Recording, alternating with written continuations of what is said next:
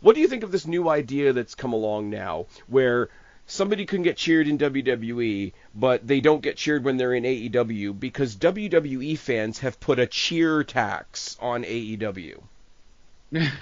A cheer tax. That's a new word. That's some new flavor of bullshit, but yeah. In other words, basically, like, if we were going to cheer you up to 10, we'll only cheer you up to a 7 if you're in AEW, because that's the tax. Yeah, which doesn't make sense at all. It's all about presentation and how you It's cope, man. It is pure cope. And I'm not. I don't know what he's got to do with this. And I'm not even. I'm not even saying that to make the Adam Copeland joke, but it's just cope.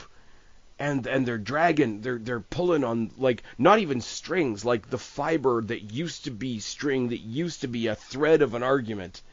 Like, well, why are they cheering for Penta all of a sudden because he came to WWE? Because he's being treated like a star.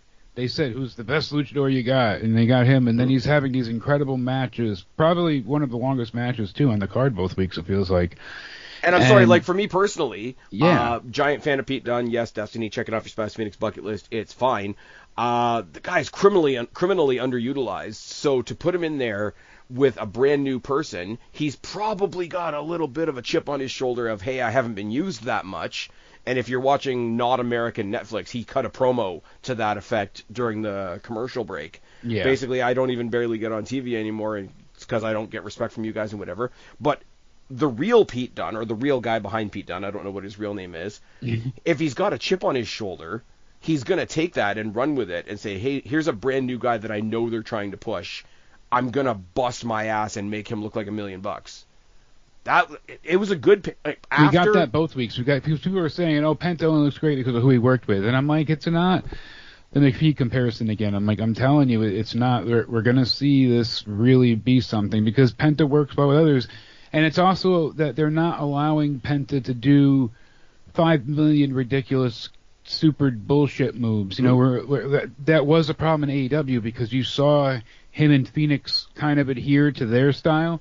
So they were doing the infinite super kick, Young Buck indie match that we really kind of grown over in WWE terms. He's not doing that here. Yeah, he's doing a Canadian Destroyer once, and it makes sense, and it almost kills his opponent, and it's, you know what I mean? Like, they're not reversing a Canadian Destroyer into a Canadian Destroyer, then chopping each other in the chest. You're pitting somebody. You're getting covered. You're getting, like, it's not... And the whole point of that as well is, like, I know you talk about the less is more thing, right? That over-the-top, everything and two hats on everything type of match that Penta can do will come at some point.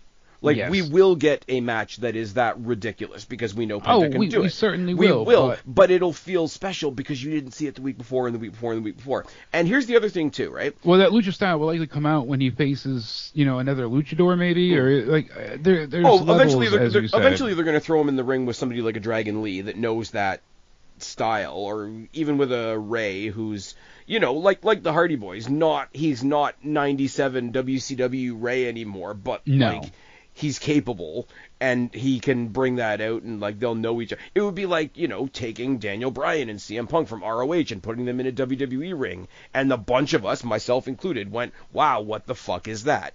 Yeah. But here's the thing as well. I'm gonna get on a pulpit for a second, right? As much as New Japan fans and AEW fans and indie fans would love to think so, WWE fans aren't stupid. No. Right? We know what's going on. There's no such... Okay, unless you don't have internet, there's no such thing as a casual fan.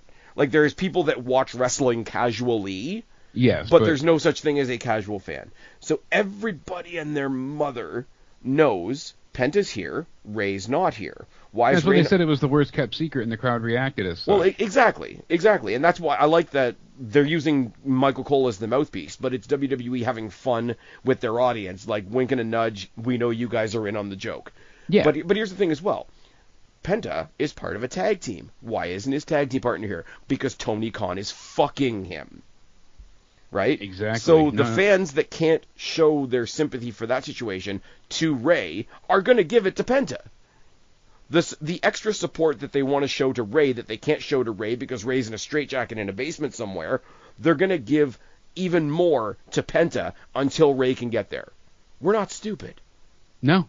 They'd like to think... It would be so much easier for AEW fans if WWE fans were stupid, because then WWE wouldn't have to try, and WWE wouldn't be as good as it is right now.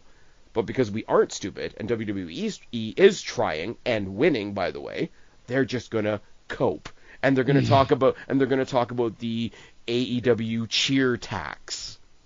That blew my mind away. I'm sorry. That was insanely stupid to hear. I had not heard that yet. So that's like a big wait, what? Yeah, you know, the cheer tax.